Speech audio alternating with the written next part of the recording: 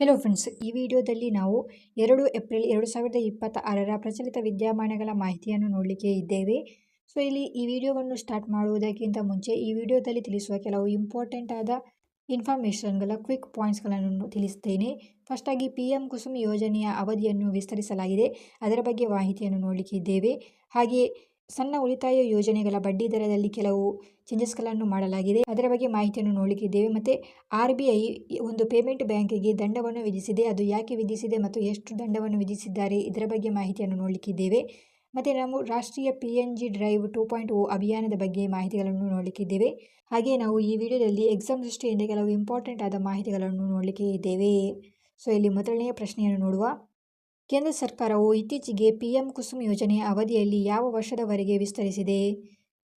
ಉತ್ತರವು option C ಆಗಿರುತ್ತದೆ. March 2027ರವರೆಗೆ ವಿಸ್ತರಿಸಲು ನಿರ್ಧರಿಸಿರುತ್ತದೆ PM ಕುಸುಮ್ ಯೋಜನೆಯನ್ನು. ಸೊ ಇಲ್ಲಿ ಈ PM ಕುಸುಮ್ ಯೋಜನೆ ಇದರ ಫುಲ್ ಫಾರ್ಮ್ ಏನಾಗಿ ನೋಡುವ. ಪ್ರಧಾನ ಮಂತ್ರಿ ಕಿಸಾನ್ ಊರ್ಜಾ ಸುರಕ್ಷಾ ಇವಂ ಉತ್ತನ್ ಮಹಾಭಿಯಾನ್ ಯೋಜನೆಯಾಗಿರುತ್ತದೆ ಈ PM ಕುಸುಮ್ ಯೋಜನೆ ಇದರ ಫುಲ್ ಫಾರ್ಮ್. ಇದನ್ನು ಹೇಗೆ ಪ್ರಾರಂಭಿಸಲಾಯಿತು ಅಂದರೆ, ಮೇನಾಗಿ ಕೃಷಿಕರಿಗೆ ಜಮೀನಿನಲ್ಲಿ ಸೌರ ವಿದ್ಯುತ್ ಉತ್ಪಾದಿಸಿ ನೀರಾವರಿಗಾಗಿ ಸೋಲಾರ್ ಪಂಪ್ ಸೆಟ್ಗಳನ್ನು ಬಳಸುವಂತೆ ಮಾಡುವುದು ಇದರ ಮೇನ್ ಉದ್ದೇಶ ಆಗಿತ್ತು. ಇಲ್ಲಿ ಈ ಯೋಜನೆಯಿಂದ ರಾಜ್ಯ ಸರ್ಕಾರದಿಂದ ಮತ್ತು ಕೇಂದ್ರ ಸರ್ಕಾರದಿಂದ 60% ಸಬ್ಸಿಡಿಯನ್ನು ನೀಡುತ್ತಿದ್ದರು ಸೋಲಾರ್ ಪಂಪ್ ಸೆಟ್ಗಳನ್ನು ತಯಾರಿಸಿ ಇನ್ಸ್ಟಾಲ್ ಮಾಡುತ್ತಿದ್ದಕ್ಕಾಗಿ. ಸೊ ಈ ಯೋಜನೆಯನ್ನು ಈ PM ಕುಸುಮ್ ಯೋಜನೆಯನ್ನು 2019ರಲ್ಲಿ ಭಾರತದಲ್ಲಿ ಪ್ರಾರಂಭಿಸಲಾಯಿತು. ಸೊ ಯಾಕೆ ಇದನ್ನು ವಿಸ್ತರಿಸಲಾಗಿದೆ ಅಂದರೆ, ಮೇನಾಗಿ 2019ರ ನಂತರ ಕೋವಿಡ್ ಕೂಡ ಬಂತು, ಅದರಿಂದಾಗಿ ಕೂಡ ಈ ಒಂದು ಯೋಜನೆಯ ಕಾರ್ಯ ಡಿಲೇ ಆಯಿತು. ಮತ್ತು ತಾಂತ್ರಿಕ ತೊಂದರೆಗಳಿಂದಲೂ ಕೂಡ ಈ PM ಕುಸುಮ್ ಯೋಜನೆಯ ಕಾರ್ಯಗಳು ಕೆಲವು ಡಿಲೇ ಆಗಿದ್ದರಿಂದ ಸೊ ಇದನ್ನು ಈಗ ಮಾರ್ಚ್ 2027ರವರೆಗೆ ವಿಸ್ತರಿಸಲು ಸರ್ಕಾರ ನಿರ್ಧರಿಸಿರುತ್ತದೆ. ಸೊ ಇದು ಒಂದು ಯೋಜನೆಯ ಪೂರಕ ಆಗಿರುತ್ತದೆ. ಯಾವುದು ಎಂದರೆ 2030ರ ವೇಳೆಗೆ ಭಾರತ 500 GMನಷ್ಟು ನವೀಕರಿಸಬಹುದಾದ ಇಂಧನ ಉತ್ಪಾದಿಸುವ ಗುರಿ ಹೊಂದಿರುತ್ತದೆ. ಈ ಒಂದು ಗುರಿಯ ಯೋಜನೆಯ ಪೂರಕ ಇದಾಗಿರುತ್ತದೆ. ಸೊ ಇಲ್ಲಿ ಈ ಮಾಹಿತಿ ಮೇನಾಗಿ ಗಮನಿಸಿಕೊಳ್ಳಿ. ಸೊ ಮೇನಾಗಿದು PM ಕುಸುಮ್ ಯೋಜನೆ ಏನು ಅಂತ ನೆನಪಿಟ್ಟುಕೊಳ್ಳಿ. ಜಮೀನಿನಲ್ಲಿ ಸೌರ ವಿದ್ಯುತ್ ಉತ್ಪಾದಿಸಿ ನೀರಾವರಿ ಸೋಲಾರ್ ಪಂಪ್ ಸೆಟ್ಗಳನ್ನು ಬಳಸುವಂತೆ ಮಾಡುವ ಒಂದು ಯೋಜನೆಯಾಗಿತ್ತು. ಇದರಲ್ಲಿ ಕೇಂದ್ರ ಮತ್ತು ರಾಜ್ಯ ಸರ್ಕಾರಗಳಿಂದ 60% ಸಬ್ಸಿಡಿಯನ್ನು ರೈತರಿಗೆ ನೀಡುತ್ತಿದ್ದರು. 2019ರಲ್ಲಿ ಇದನ್ನು ಪ್ರಾರಂಭಿಸಲಾಗಿತ್ತು. ಇನ್ನು 2027 ಮಾರ್ಚ್ನವರೆಗೆ ಇದನ್ನು ವಿಸ್ತರಿಸಲಾಗಿರುತ್ತದೆ. ಸೊ ಈ ಮಾಹಿತಿಯಲ್ಲಿ ನೆನಪಿಟ್ಟುಕೊಳ್ಳಿ. ನೆಕ್ಸ್ಟ್ ಕ್ವಶನನ್ನು ನೋಡುವ. 2026-27ರ ಆರ್ಥಿಕ ವರ್ಷದ ಮೊದಲ ತ್ರೈಮಾಸಿಕಕ್ಕೆ ಸಣ್ಣ ಉಳಿತಾಯ ಯೋಜನೆಗಳ ಬಡ್ಡಿ ದರಗಳನ್ನು ನಿರ್ಧರಿಸುವ ಸಂಸ್ಥೆ ಯಾವುದು? ಇಲ್ಲಿ ಉತ್ತರ ಆಪ್ಷನ್ ಸಿ ಆಗಿರುತ್ತದೆ. ಕೇಂದ್ರ ಹಣಕಾಸು ಸಚಿವಾಲಯ, ಮಿನಿಸ್ಟ್ರಿ ಆಫ್ ಫೈನಾನ್ಸ್ ಇದನ್ನು ನಿರ್ಧರಿಸುತ್ತದೆ. ಆ್ಯಕ್ಚುಲಿ ಫೈನಾನ್ಸ್ ಡಿಪಾರ್ಟ್ಮೆಂಟ್ ಸಣ್ಣ ಉಳಿತಾಯ ಯೋಜನೆಗಳ ಬಡ್ಡಿ ದರವನ್ನು ನಿರ್ಧರಿಸುತ್ತದೆ.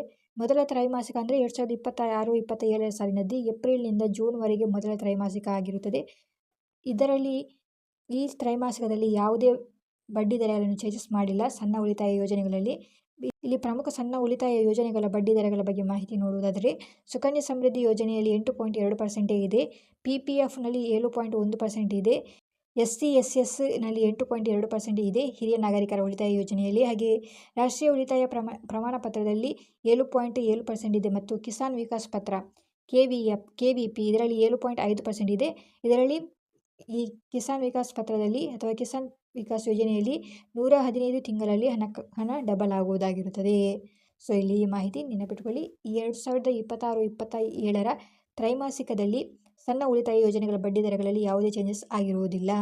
ಇಲ್ಲಿ ಈ ಒಂದು ಸಣ್ಣ ಉಳಿತಾಯ ಯೋಜನೆಗಳ ಬಡ್ಡಿ ದರಗಳನ್ನು ಮಾರುಕಟ್ಟೆ ದರಗಳಿಗೆ ಅನುಗುಣವಾಗಿ ನಿರ್ಧರಿಸಲು ಶ್ಯಾಮಲಾ ಗೋಪಿನಾಥ್ ಸಮಿತಿಯು ಶಿಫಾರಸು ಮಾಡಿತ್ತು. ಸೊ ಈ ಒಂದು ಮಾಹಿತಿ ಎಕ್ಸಾಮ್ಸ್ ದೃಷ್ಟಿಯಿಂದ ಇಂಪಾರ್ಟೆಂಟ್ ಆಗಿರುತ್ತದೆ. GK ಪಾಯಿಂಟ್ಸ್ ಇದು ಆಗಿರುತ್ತದೆ. ಶ್ಯಾಮಲಾ ಗೋಪಿನಾಥ್ ಸಮಿತಿ ಇದು ಸಣ್ಣ ಉಳಿತಾಯ ಯೋಜನೆ ಇರುತ್ತದಲ್ಲ ಅವುಗಳ ಬಡ್ಡಿ ದರಗಳನ್ನು ಮಾರುಕಟ್ಟೆ ದರಗಳಲ್ಲಿ ಅಂದರೆ ಷೇರು ಮಾರುಕಟ್ಟೆ ಇರ್ತದಲ್ಲ ಅದರ ಅನುಗುಣವಾಗಿ ನಿರ್ಧರಿಸಲು ಶಿಫಾರಸು ಮಾಡಿದ ಸಮಿತಿಯಾಗಿರುತ್ತದೆ ಈ ಶ್ಯಾಮಲಾ ಗೋಪಿನಾಥ್ ಸಮಿತಿ. ಸೊ ಈ ಮಾಹಿತಿ ನೆನಪಿಟ್ಟುಕೊಳ್ಳಿ. ಎಕ್ಸಾಮ್ಸ್ ದೃಷ್ಟಿಯಿಂದ GK ಕೆಟಗರಿಯಲ್ಲಿ ಇದು ಬರುತ್ತದೆ. ಸೊ ಈ ಮಾಹಿತಿ ನೆನಪಿಟ್ಟುಕೊಳ್ಳಿ. ನೆಕ್ಸ್ಟ್ ಕ್ವಶನನ್ನು ನೋಡುವ. ಬ್ಯಾಂಕಿಂಗ್ ನಿಯಂತ್ರಣ ಕಾಯ್ದೆಯ ನಿಯಮಗಳನ್ನು ಉಲ್ಲಂಘಿಸಿದ್ದಕ್ಕಾಗಿ ಇತ್ತೀಚೆಗೆ RBI ಯಾವ ಪೇಮೆಂಟ್ ಬ್ಯಾಂಕ್ ಮೇಲೆ 31.80 ಲಕ್ಷ ದಂಡವನ್ನು ವಿಧಿಸಿರುತ್ತದೆ? ಸೊ ಇಲ್ಲಿ ಉತ್ತರ ಆಪ್ಷನ್ ಸಿ ಆಗಿರುತ್ತದೆ. ಏರ್ಟೆಲ್ ಪೇಮೆಂಟ್ ಬ್ಯಾಂಕಿಗೆ RBI ದಂಡವನ್ನು ವಿಧಿಸಿದೆ. ಎಷ್ಟು ಲಕ್ಷ? 31.8 ಲಕ್ಷ ರೂಪಾಯಿ ದಂಡವನ್ನು ವಿಧಿಸಿರುತ್ತದೆ. ಇಲ್ಲಿ ಏರ್ಟೆಲ್ ಪೇಮೆಂಟ್ ಬ್ಯಾಂಕ್ಗೆ ಇಲ್ಲಿ ಈ ಬ್ಯಾಂಕಿಂಗ್ ನಿಯಂತ್ರಣ ಕಾಯ್ದೆ, ಯಾವ ಒಂದು ಬ್ಯಾಂಕಿಂಗ್ ನಿಯಂತ್ರಣ ಕಾಯ್ದೆಯನ್ನು ಏರ್ಟೆಲ್ ಪೇಮೆಂಟ್ ಬ್ಯಾಂಕ್ ಉಲ್ಲಂಘಿಸಿದೆ ಅಂತ ನೋಡುವುದಾದಲ್ಲಿ ಇಲ್ಲಿ KYCಗಳ ಮತ್ತು ಗ್ರಾಹಕರ ಆನ್ಬೋರ್ಡಿಂಗ್ ನಿಯಮಗಳಲ್ಲಿ ಲೋಪ ಕಂಡು ಬಂದಿರುವುದರಿಂದ ಮತ್ತು ಗ್ರಾಹಕರು ಅಥವಾ ಕಸ್ಟಮರ್ಸ್ಗಳು ಇದರ ಬಗ್ಗೆ ಕಂಪ್ಲೇಂಟ್ ಮಾಡಿದರೂ ಕೂಡ ಯಾವುದೇ ರೆಸ್ಪಾನ್ಸ್ ಸಿಗದಿದ್ದಕ್ಕಾಗಿ RBI ಏರ್ಟೆಲ್ ಪೇಮೆಂಟ್ ಬ್ಯಾಂಕಿಗೆ ದಂಡವನ್ನು ವಿಧಿಸಿರುತ್ತಾರೆ. ಸೊ ಇಲ್ಲಿ ಯಾವ ಸೆಕ್ಷನ್ನ ಅಡಿಯಲ್ಲಿ ದಂಡವನ್ನು ವಿಧಿಸಿದೆ ಅಂದರೆ RBI 1949ರ ಬ್ಯಾಂಕಿಂಗ್ ನಿಯಂತ್ರಣ ಕಾಯ್ದೆ ಸೆಕ್ಷನ್ 47A ಅಡಿಯಲ್ಲಿ RBI ಈ ದಂಡವನ್ನು ವಿಧಿಸಿರುತ್ತಾರೆ. ಸೊ ಇಲ್ಲಿ ಎಷ್ಟು ಅಮೌಂಟ್ ಅಂತ ನೋಡಿ 31.80 ಲಕ್ಷ ಆಗಿರುತ್ತದೆ.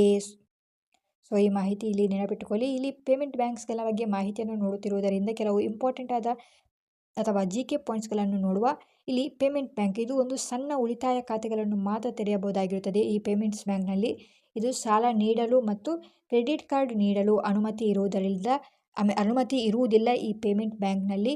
ಹಾಗೆ ಇಲ್ಲಿ ಠೇವಣಿ ಮಿತಿ 2 ಲಕ್ಷ ರೂಪಾಯಿ ಆಗಿರುತ್ತದೆ ಒಬ್ಬ ವ್ಯಕ್ತಿಗೆ. ಹಾಗೆ ಈ ಒಂದು ಮಾಹಿತಿ ಇಂಪಾರ್ಟೆಂಟ್ ಆಗಿರುತ್ತದೆ ಎಕ್ಸಾಮ್ಸ್ ದೃಷ್ಟಿಯಿಂದ.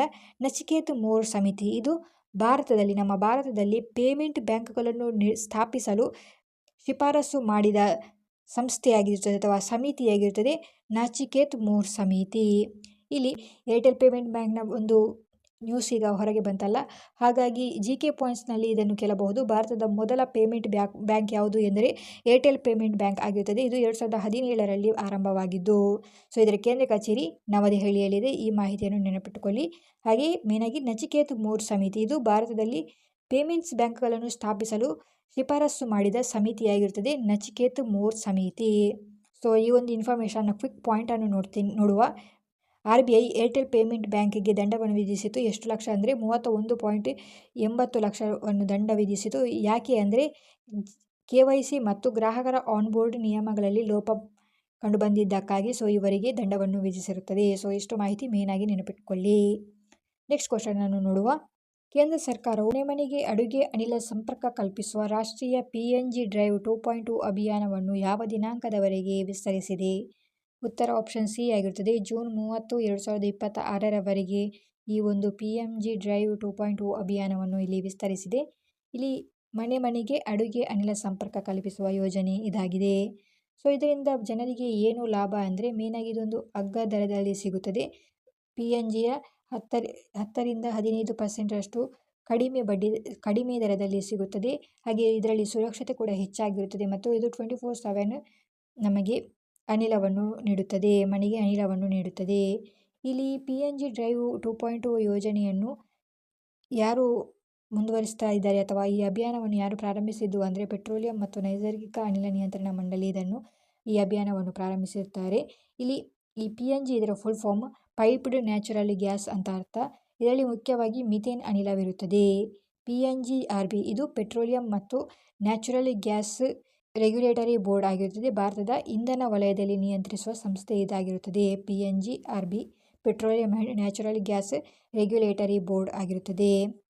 ಇಲ್ಲಿ ಒಂದು GK ಪಾಯಿಂಟ್, ಪೆಟ್ರೋಲಿಯಂ ಮತ್ತು ನೈಸರ್ಗಿಕ ಅನಿಲ ನಿಯಂತ್ರಣ ಮಂಡಳಿಯ ಈಗಿನ ಕೇಂದ್ರ ಸಚಿವರು ಯಾರು ಎಂದರೆ ಹರ್ದೀಪ್ ಸಿಂಗ್ ಪುರಿ ಆಗಿರುತ್ತಾರೆ. ಸೊ ಈ ಮಾಹಿತಿ ನೆನಪಿಟ್ಟುಕೊಳ್ಳಿ. Next question. ಇತ್ತೀಚೆಗೆ ನವದೆಹಲಿಯಲ್ಲಿ ನಡೆದ DISHA ಕಾರ್ಯಕ್ರಮದಲ್ಲಿ ಉಪ ರಾಷ್ಟ್ರಪತಿಗಳು ಬಿಡುಗಡೆ ಮಾಡಿದ ಕಾನೂನು ನೆರವು ನೀಡುವ AI ಚಾಟ್ ಬೋರ್ಡ್ನ ಹೆಸರೇನು? ಉತ್ತರವು ಆಪ್ಷನ್ B ಆಗಿರುತ್ತದೆ. ನ್ಯಾಯ ಸೇತು ಆಗಿರುತ್ತದೆ. ನ್ಯಾಯ ಸೇತು ಎನ್ನುವ ಒಂದು AI ಚಾಟ್ ಬಾಟ್ ಅನ್ನು ಬಿಡುಗಡೆ ಮಾಡಲಾಗಿದೆ DISHA ಕಾರ್ಯಕ್ರಮದಲ್ಲಿ, ನವದೆಹಲಿಯಲ್ಲಿ ನಡೆದ ಕಾರ್ಯಕ್ರಮದಲ್ಲಿ. ಸೊ ಇದರ ಬಗ್ಗೆ ಮಾಹಿತಿಯನ್ನು ನೋಡುವ. ಇಲ್ಲಿ ಈ ನ್ಯಾಯ ಸೇತು ಇದು ಸಾಮಾನ್ಯ ಜನರಿಗೆ ಕಾನೂನು ಪ್ರಕ್ರಿಯೆಗಳು, FIR ದಾಖಲಿಸುವುದು ಮತ್ತು ಮೂಲಭೂತ ಹಕ್ಕುಗಳ ಬಗ್ಗೆ ಮಾಹಿತಿ ನೀಡುವ ಒಂದು AI ಆಧಾರಿತ ಚಾಟ್ ಬೋರ್ಡ್ ಆಗಿರುತ್ತದೆ ನ್ಯಾಯ ಸೇತು. ನಮ್ಮ ಭಾರತದಲ್ಲಿ ಇರುವ ರೀಜನಲ್ ಲ್ಯಾಂಗ್ವೇಜ್ಗಳಲ್ಲಿ ಮಾಹಿತಿಯನ್ನು ನೀಡುವುದು ಇದರ ಮೇನು ಒಂದು ಪ್ಲಸ್ ಪಾಯಿಂಟ್ ಆಗಿರುತ್ತದೆ. ಸೊ ಈ ಚಾಟ್ ಬಾಟ್ನ ಮಾಸ್ಕೆಟ್ ದಿಶಿಕಾ ಆಗಿರುತ್ತದೆ. ಇದರ ಜನರಿಗೆ ಚಾಟ್ ಬಾಟ್ ಬಳಸುವಾಗ ಮಾರ್ಗದರ್ಶನ ನೀಡುತ್ತದೆ. ಸೊ ಈ ಮಾಹಿತಿ ಇಲ್ಲಿ ನೆನಪಿಟ್ಟುಕೊಳ್ಳಿ. DISHA ಇದರ full form designing innovative solution for holistic access to justice ಆಗಿರುತ್ತದೆ. ಇದು ಕಾನೂನು ಸಚಿವಾಲಯದ ಒಂದು ಸಮಗ್ರ ಯೋಜನೆಯಾಗಿರುತ್ತದೆ. ಈ ಒಂದು ಕಾರ್ಯಕ್ರಮದಲ್ಲಿ ನ್ಯಾಯ ಸೇತು ಎನ್ನುವ ಒಂದು ಡಿಜಿಟಲ್ ಪ್ಲಾಟ್ಫಾರ್ಮ್ AI ಅನ್ನು ಬಿಡುಗಡೆ ಮಾಡಲಾಯಿತು. ಸೊ ಈ ಮಾಹಿತಿ ನೆನಪಿಟ್ಟುಕೊಳ್ಳಿ. ನೆಕ್ಸ್ಟ್ ಕ್ವಶನ್, ವಿಶ್ವ ವ್ಯಾಪಾರ ಸಂಸ್ಥೆಯ 14ನೇ ಮಂತ್ರಿಮಟ್ಟದ ಸಮ್ಮೇಳನವು ಇತ್ತೀಚೆಗೆ ಯಾವ ನಗರದಲ್ಲಿ ನಡೆಯಿತು? ಉತ್ತರವು ಆಪ್ಷನ್ ಡಿ ಆಗಿರುತ್ತದೆ, ಕ್ಯಾಮರೂನ್ ಯಾಂಡೋದಲ್ಲಿ ನಡೆಯಿತು. ಸೊ ಇದರ ಬಗ್ಗೆ ಮಾಹಿತಿಯು, ಮಂತ್ರಿಮಟ್ಟದ ಸಮ್ಮೇಳನವು WTOನ ಅತ್ಯುನ್ನತ ನಿರ್ಧಾರ ತೆಗೆದುಕೊಳ್ಳುವ ಸಂಸ್ಥೆಯಾಗಿರುತ್ತದೆ. ಸೊ ಇದು ಸಾಮಾನ್ಯವಾಗಿ ಪ್ರತಿ 2 ವರ್ಷಕ್ಕೊಮ್ಮೆ ನಡೆಸುತ್ತಾರೆ. ಭಾರತವು ತನ್ನ ರೈತರಿಗೆ ನೀಡುವ ಕನಿಷ್ಠ ಬೆಂಬಲ ಬೆಲೆ ಮತ್ತು ಬಡವರಿಗೆ ಆಹಾರ ಧಾನ್ಯ ನೀಡುವ ವ್ಯವಸ್ಥೆಯನ್ನು ರಕ್ಷಿಸಲು ಈ ಸಭೆಯಲ್ಲಿ ಚರ್ಚೆಯನ್ನು ಮಾಡಿದರು. ಹಾಗೆಯೇ ಮೀನುಗಾರಿಕೆಯವರಿಗೆ ಸಬ್ಸಿಡಿಯನ್ನು ನೀಡುವ ಬಗ್ಗೆ ಚರ್ಚೆಯನ್ನು ಮಾಡಿತು ಭಾರತ. ಮತ್ತು ಇ-ಕಾಮರ್ಸ್ ಮೊರಟೋರಿಯಂನ ಬಗ್ಗೆಯೂ ಕೂಡ ಚರ್ಚೆ ಮಾಡಿತು ಭಾರತ. ಸೊ ಇಲ್ಲಿ ವಿಶ್ವ ವ್ಯಾಪಾರ ಸಂಸ್ಥೆ WTO ಇದನ್ನು ಜನವರಿ 1, 1995ರಲ್ಲಿ ಸ್ಥಾಪಿಸಲಾಯಿತು. ಇದಕ್ಕೂ ಮೊದಲು ಇದನ್ನು GATT ಎಂದು ಕೂಡ ಕರೆಯಲಾಗುತ್ತಿತ್ತು. ಇದರ ಕೇಂದ್ರ ಕಚೇರಿ ಜಿನೀವಾ, ಸ್ವಿಟ್ಜರ್ಲೆಂಡ್ನಲ್ಲಿದೆ. ಇದರ ಈಗಿನ ಸದಸ್ಯ ರಾಷ್ಟ್ರಗಳು 164 ಸದಸ್ಯ ರಾಷ್ಟ್ರಗಳಿವೆ. ಇದರ ಡೈರೆಕ್ಟರ್ ಜನರಲ್ ನೌಗ್ಜಿ ಒಕೊಂಜೊ-ಇವೆಲಾ ಆಗಿರುತ್ತಾರೆ. ಇವರು ಈ ಹುದ್ದೆಯನ್ನು ಅಲಂಕರಿಸಿದ ಮೊದಲ ಮಹಿಳೆಯಾಗಿರುತ್ತಾರೆ, ಡೈರೆಕ್ಟರ್ ಜನರಲ್ WTOದು. ಸೊ ಈ ಮಾಹಿತಿ ಇಂಪಾರ್ಟೆಂಟ್ ಆಗಿರುತ್ತದೆ, ನೆನಪಿಟ್ಟುಕೊಳ್ಳಿ. ಇವರ ಹೆಸರು ನೌಗ್ಜಿ ಒಕೊಂಜೊ-ಇವೆಲಾ ಆಗಿರುತ್ತಾರೆ. ಇವರು WTOನಲ್ಲಿ ಡೈರೆಕ್ಟರ್ ಜನರಲ್ ಹುದ್ದೆಯನ್ನು ಅಲಂಕರಿಸಿದ ಮೊದಲ ಮಹಿಳೆ ಆಗಿರುತ್ತಾರೆ. ಸೊ ಈ ಮಾಹಿತಿ ನೆನಪಿಟ್ಟುಕೊಳ್ಳಿ. ನೆಕ್ಸ್ಟ್ ಕ್ವಶನ್, ಮುಂದಿನ ಪ್ರಶ್ನೆ, 2026ರ ಸ್ಕೈಟ್ರ್ಯಾಕ್ಸ್ ವಿಶ್ವ ಏರ್ಪೋರ್ಟ್ ಪ್ರಶಸ್ತಿಗಳ ಪ್ರಕಾರ ವಿಶ್ವದ ಅತ್ಯುತ್ತಮ ವಿಮಾನ ನಿಲ್ದಾಣ ಎಂಬ ಹೆಗ್ಗಳಿಕೆಗೆ ಪಾತ್ರವಾದ ವಿಮಾನ ನಿಲ್ದಾಣ ಯಾವುದು? ಉತ್ತರವು ಆಪ್ಷನ್ ಬಿ ಆಗಿರುತ್ತದೆ, ಚಾಂಗಿ ವಿಮಾನ ನಿಲ್ದಾಣ. ಸಿಂಗಾಪುರದಲ್ಲಿರುವ ಚಾಂಗಿ ವಿಮಾನ ನಿಲ್ದಾಣವು ವಿಶ್ವದ ಅತ್ಯುತ್ತಮ ವಿಮಾನ ನಿಲ್ದಾಣ ಎಂಬ ಹೆಗ್ಗಳಿಕೆಗೆ ಪಾತ್ರವಾಗಿರುತ್ತದೆ 2026ನ ಸ್ಕೈಟ್ರ್ಯಾಕ್ಸ್ ವಿಶ್ವ ಏರ್ಪೋರ್ಟ್ ಪ್ರಶಸ್ತಿಗಳಲ್ಲಿ. ಸೊ ಈ ಪ್ರಶಸ್ತಿಯನ್ನು ಯಾರು ಬಿಡುಗಡೆ ಮಾಡುತ್ತಾರೆ ಅಂದರೆ ಸ್ಕೈಟ್ರ್ಯಾಕ್ಸ್ ಸಂಸ್ಥೆ ಇದನ್ನು ಬಿಡುಗಡೆ ಮಾಡುತ್ತಾರೆ. ಇಲ್ಲಿ ಚಾಂಗಿ ವಿಮಾನ ನಿಲ್ದಾಣ, ಸಿಂಗಾಪುರದಲ್ಲಿರುವ ಚಾಂಗಿ ವಿಮಾನ ನಿಲ್ದಾಣ ಮೊದಲ ಸ್ಥಾನವನ್ನು ಪಡೆದುಕೊಂಡಿರುತ್ತದೆ.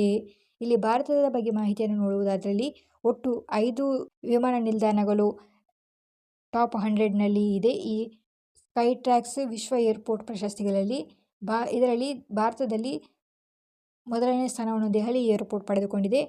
ಇದು ಸತತವಾಗಿ ದಕ್ಷಿಣ ಏಷ್ಯಾ ಮತ್ತು ಭಾರತದ ಅತ್ಯುತ್ತಮ ವಿಮಾನ ನಿಲ್ದಾಣವಾಗಿ ಹೊರಹೊಮ್ಮಿರುತ್ತದೆ. ಈ ದೆಹಲಿ ಏರ್ಪೋರ್ಟ್ ಇದು ವಿಶ್ವ ಮಟ್ಟದಲ್ಲಿ 36ನೇ ಸ್ಥಾನವನ್ನು ಪಡೆದುಕೊಂಡಿರುತ್ತದೆ. ಹಾಗೆಯೇ ಕೆಂಪೇಗೌಡ ಅಂತಾರಾಷ್ಟ್ರೀಯ ವಿಮಾನ ನಿಲ್ದಾಣ 2ನೇ ಸ್ಥಾನ ಪಡೆದುಕೊಂಡಿದೆ. ಭಾರತದಲ್ಲಿ ನೋಡುವುದಾದರೆ ಮುಂಬೈ, ಹೈದರಾಬಾದ್ ಮತ್ತು ಗೋವಾ ವಿಮಾನ ನಿಲ್ದಾಣಗಳು ನಂತರ ಸ್ಥಾನಗಳನ್ನು ಪಡೆದುಕೊಂಡಿದೆ. ಟಾಪ್ 100ನಲ್ಲಿರುವ ಭಾರತದ 5 ವಿಮಾನ ನಿಲ್ದಾಣಗಳು ಇದಾಗಿರುತ್ತದೆ. ಸೊ ಇಲ್ಲಿ ಮಾಹಿತಿ ನೆನಪಿಟ್ಟುಕೊಳ್ಳಿ. ಮೇಯ್ನಾಗಿ ಇಲ್ಲಿ 2026ರ ಸಾಲಿನ ಸ್ಕೈಟ್ರ್ಯಾಕ್ಸ್ ವಿಶ್ವ ಏರ್ಪೋರ್ಟ್ ಪ್ರಶಸ್ತಿಗಳಲ್ಲಿ ಮೊದಲ ಸ್ಥಾನವನ್ನು ಪಡೆದುಕೊಂಡ ವಿಮಾನ ನಿಲ್ದಾಣ ಯಾವುದು ಅಂದರೆ ಸಿಂಗಾಪುರ ಚಾಂಗಿ ವಿಮಾನ ನಿಲ್ದಾಣ ಆಗಿರುತ್ತದೆ. ಸೊ ವಿಮಾನ ನಿಲ್ದಾಣಗಳ ಬಗ್ಗೆ ಮಾಹಿತಿಯನ್ನು ನೋಡುವುದರಿಂದ ಇಲ್ಲಿ ಕೆಲವು GK ಪಾಯಿಂಟ್ಸ್ಗಳನ್ನು ನೋಡುವ. ಇಂದಿರಾ ಗಾಂಧಿ ವಿಮಾನ ನಿಲ್ದಾಣ ಇದು ದೆಹಲಿಯಲ್ಲಿದೆ. ಇದು ಭಾರತದ ಅತಿ ಹೆಚ್ಚು ಜನದಟ್ಟಣೆ ಇರುವ ವಿಮಾನ ನಿಲ್ದಾಣ ಆಗಿರುತ್ತದೆ. ಹಾಗೆಯೇ ಕೊಚ್ಚಿ ವಿಮಾನ ನಿಲ್ದಾಣ ಇದು ಕೇರಳದಲ್ಲಿದೆ. ಇದು ಸಂಪೂರ್ಣವಾಗಿ ಸೌರಶಕ್ತಿಯಿಂದ ಸೋಲಾರ್ ಪವರ್ನಿಂದ ನಡೆಯುವ ವಿಶ್ವದ ಮೊದಲ ವಿಮಾನ ನಿಲ್ದಾಣ ಆಗಿರುತ್ತದೆ. ನೆನಪಿಟ್ಟುಕೊಳ್ಳಿ, ವಿಶ್ವದ ಮೊದಲ ವಿಮಾನ ನಿಲ್ದಾಣ ಸಂಪೂರ್ಣವಾಗಿ ಸೌರಶಕ್ತಿಯಿಂದ ನಡೆಯುವ ಏರ್ಪೋರ್ಟ್ ಆಗಿರುತ್ತದೆ. ಯಾವುದು? ಕೊಚ್ಚಿ ವಿಮಾನ ನಿಲ್ದಾಣ ಕೇರಳದಲ್ಲಿದೆ. ಹಾಗೆಯೇ ದಕ್ಷಿಣ ಏಷ್ಯಾದ ಅತ್ಯುತ್ತಮ ಪ್ರಾದೇಶಿಕ ಏರ್ಪೋರ್ಟ್ ಯಾವುದು ಎಂದರೆ ಹೈದರಾಬಾದ್ನ ರಾಜೀವ್ ಗಾಂಧಿ ರಾಷ್ಟ್ರೀಯ ವಿಮಾನ ನಿಲ್ದಾಣ ಆಗಿರುತ್ತದೆ. ಮತ್ತು ಕೆಂಪೇಗೌಡ ವಿಮಾನ ನಿಲ್ದಾಣ, ಬೆಂಗಳೂರಿನಲ್ಲಿರುವ ಕೆಂಪೇಗೌಡ ವಿಮಾನ ನಿಲ್ದಾಣ ಇದು ವಿಶ್ವದ ಅತ್ಯಂತ ಸುಂದರವಾದ ವಿಮಾನ ನಿಲ್ದಾಣಗಳಲ್ಲಿ ಒಂದೆಂದು ಗುರುತಿಸಲಾಗಿದೆ, ಟರ್ಮಿನಲ್ 2 ಅನ್ನು. ಸೊ ಈ ಮಾಹಿತಿಯಲ್ಲಿ ನೆನಪಿಟ್ಟುಕೊಳ್ಳಿ. ಇಲ್ಲಿ ಇದಾಗಿತ್ತು ಏಪ್ರಿಲ್ 2, 2026ರ ಪ್ರಚಲಿತ ವಿದ್ಯಮಾನಗಳ ಮಾಹಿತಿಗಳು. ಈ ವಿಡಿಯೋ ವಾಚ್ ಮಾಡಿದ್ದಕ್ಕಾಗಿ ಥ್ಯಾಂಕ್ ಯು. ಹಾಗೂ ಪ್ರತಿದಿನದ ಕರೆಂಟ್ ಅಫೇರ್ಸ್ಗಳ ಅಪ್ಡೇಟ್ಗಳಿಗಾಗಿ ನಮ್ಮ ಚಾನಲನ್ನು ಸಬ್ಸ್ಕ್ರೈಬ್ ಮಾಡ್ಕೊಳ್ಳಿ. Thank you.